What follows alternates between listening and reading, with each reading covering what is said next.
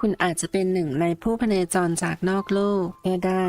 ถ้าคุณมีลักษณะดังนี้ข้อที่ 1 ตอนเด็กๆคุณมักจะเพ้อฝันหรือปล่อยความคิดไปตามอารมณ์เกี่ยวกับเรื่องราวของรูปธรรมชีวิตต่างพิภพ UFO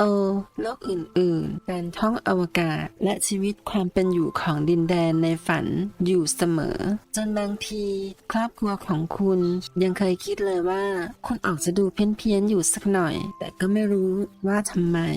ข้อที่ 2 คุณเคยรู้สึกว่าพ่อแม่ของคุณไม่ใช่พ่อแม่ที่แท้จริงของคุณบ้างไหมเพราะว่าครอบครัวที่แท้จริงของคุณอยู่ไกลแสนไกลออกไป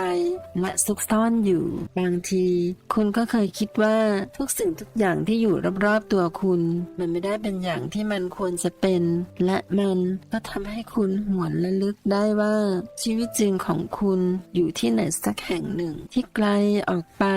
ซึ่งความเชื่อเหล่านี้มันอาจจะทำให้คุณรู้สึกเจ็บปวดและซึมเศร้าอย่างมากคุณรู้สึกว่าคุณมาอยู่ในที่ไม่ใช่ที่ของคุณข้อที่ 3 คุณเคยมีประสบการณ์อย่างน้อยก็1 ครั้งเกี่ยวกับ UFO ไม่ว่าจะเป็นในฝันหรือตอนที่กำลังตื่นอยู่ก็ตามซึ่งทำให้ชีวิตของคุณเปลี่ยนแปลงไปอย่างมากเพราะว่าประสบการณ์เหล่านั้นได้ช่วยไขข้อข้องใจให้กับคุณจุดประกายความหวังและความเชื่อมั่นให้กับคุณและทำให้ชีวิตของคุณมีเป้าหมายที่ยิ่งใหญ่และมีความหมายมากขึ้นกว่าเดิมนับตั้งแต่นั้นมาคุณก็รู้ว่าคุณได้เปลี่ยนเป็นคนละคนมันเป็นเหมือนเสียงเรียกปลุกให้คุณตื่นรู้ทางจิตวิญญาณและมันได้ช่วยเปลี่ยนชีวิตของคุณข้อที่ 4 โดยท่าแท้ของคุณแล้วคุณเป็นคนที่ใจดีสุภาพอ่อนโยนไม่เป็นพิษเป็นภัยกับใครรักความสงบและไม่ก้าวร้าวบางครั้งอาจจะมีบ้างแต่ส่วนใหญ่จะไม่มี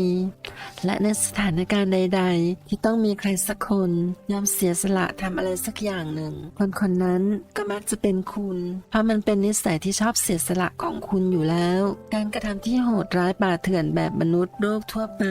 ความรุนแรงและสงครามการสู้รบที่มีอยู่อย่างต่อเนื่องของผู้คนบนโลกใบนี้เป็นสิ่งที่แปลกประหลาดมากสำหรับคุณเพราะว่าคุณจะไม่เข้าใจความโกรธแค้นและความเดือดดาลอะไรแบบนี้เลยหรือว่าบางคนมีความเดือดดาลหรือว่าความโกรธแค้นข้อที่ 5 คุณเป็นคนที่มีปัญหาเกี่ยวกับการรู้เท่าทันความชั่วและการใช้เล่ห์เหลี่ยมของคนอื่นบางคนจึงเรียกคุณว่าคนซื่อบื้อแต่เขาก็พูดถูกนะเมื่อความชั่วร้ายที่แท้จริงได้เข้ามาสู่การรับรู้ของจิตใจของคุณ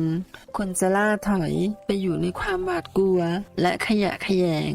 และบางทีคุณอาจจะรู้สึกช็อกที่ได้รู้ว่ามีบางคนที่ทำเรื่องชั่วร้ายขนาดนั้นได้จริงๆลึกๆภายในใจแล้วคุณก็รู้สึกสับสนบางครั้งคุณก็จะมีความรู้สึกกลางๆว่าไม่รู้จักโลกที่ปราศจากความแตกแยกกันแบบบนโลกนี้มาก่อนแล้วที่ไหนสักแห่งหนึ่งข้อที่ 6 คุณอุทิศชีวิตของคุณเพื่อช่วยเหลือผู้อื่นคนในครอบครัวมิตรสหายหรือผู้ที่เกี่ยวข้องกับคุณในสายอาชีพการงานและคุณก็พยายามคิดหาวิธีที่จะทำให้โลกนี้ดีขึ้นแม้ว่ามันอาจจะถูกมองว่าเป็นความคิดที่ไร้เดียงสาหรือซื่อบื้อก็ตามแต่คุณก็มีความหวังอยู่ลึกๆและอย่างจริงใจว่ามันอาจจะช่วยทำให้โลกใบนี้ดีขึ้นได้จริงๆและคุณรู้สึกผิดหวังและไม่พอใจอย่างมากเมื่อพบว่าความหวังและความฝันเหล่านั้นมันไม่กลายเป็นจริงคุณเป็นคนที่ดื้อรั้นมากไม่ยอมเชื่ออะไรง่ายๆแต่คุณก็ดำเนินชีวิตด้วยความสงบเยือกเย็นมีเหตุผลและระมัดระวังกิเลสและตัณหาในแบบของมนุษย์เป็นสิ่งที่แปลกประหลาดสำหรับคุณมันจึงทำให้คุณงงจริตและอารมณ์ความรู้สึกทุกชนิดของมนุษย์บนโลกเป็นสิ่งที่แตกต่างจากธรรมชาติของคุ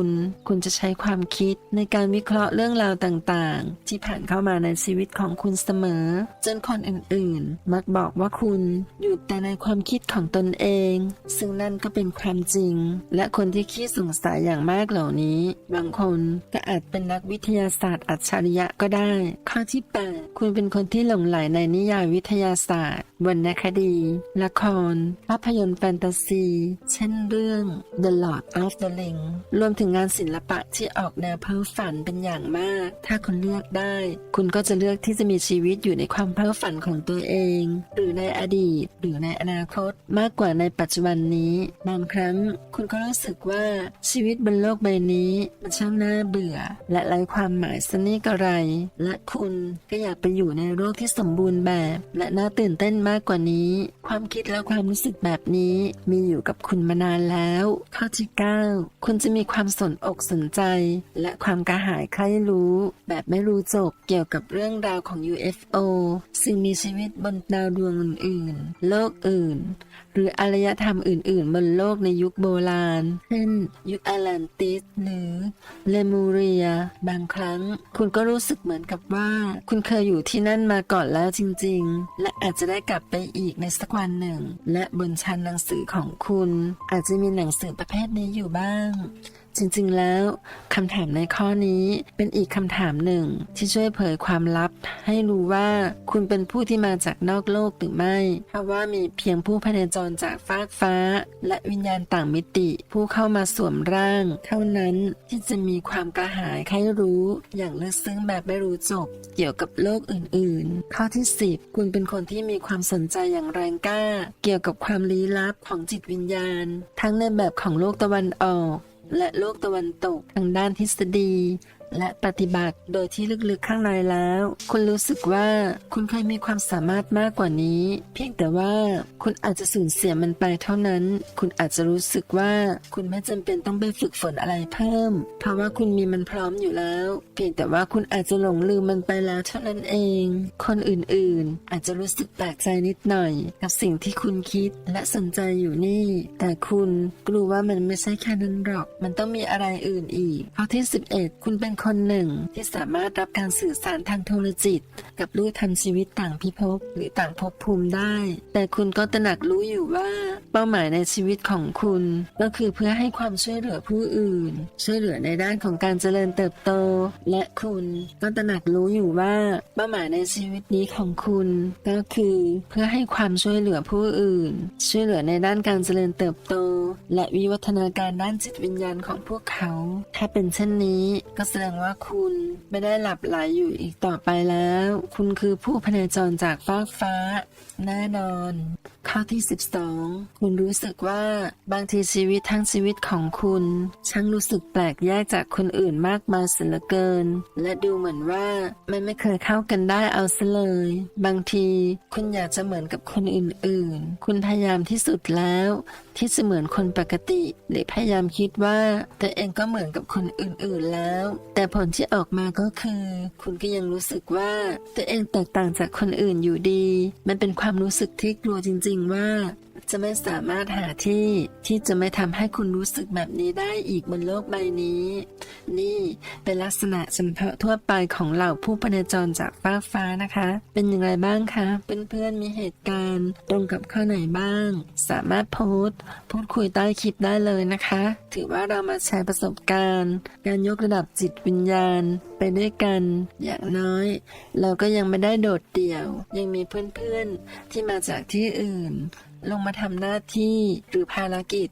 บนโลกใบนี้เช่นเดียวกันสำหรับวันนี้